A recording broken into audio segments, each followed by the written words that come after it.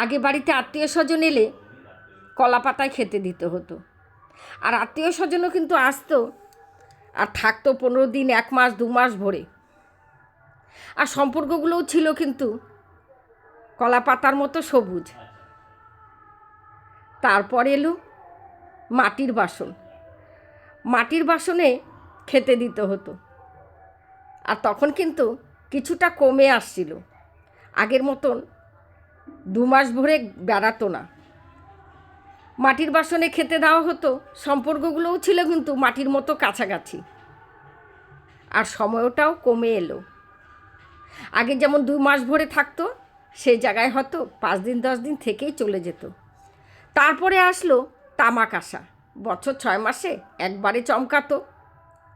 ঠিক তাই সম্পর্কগুলোও কিন্তু সেরকম হতো, বছর 6 মাসে একবার আসতো। তারপরে এলো কাচের বাসন। ঠিক সম্পর্কগুলোও কেমন যেন কাচের বাসনের মধ্যে যেরকম একটু ঠোকা লাগলে ভেঙে যায়, সম্পর্কগুলোও কিন্তু ঠোকা লাগলেই ভেঙে যেত। তারপর এখন তো থার্মোকলের কাগজ কিংবা এই থার্মোকল ব্যবহার করা হয়। সম্পর্কগুলোও কিন্তু ঠিক এই রকম, জাস্ট ইউজ অ্যান্ড থ্রো, মানে ব্যবহার করো আর ছুঁড়ে ফেলে দাও।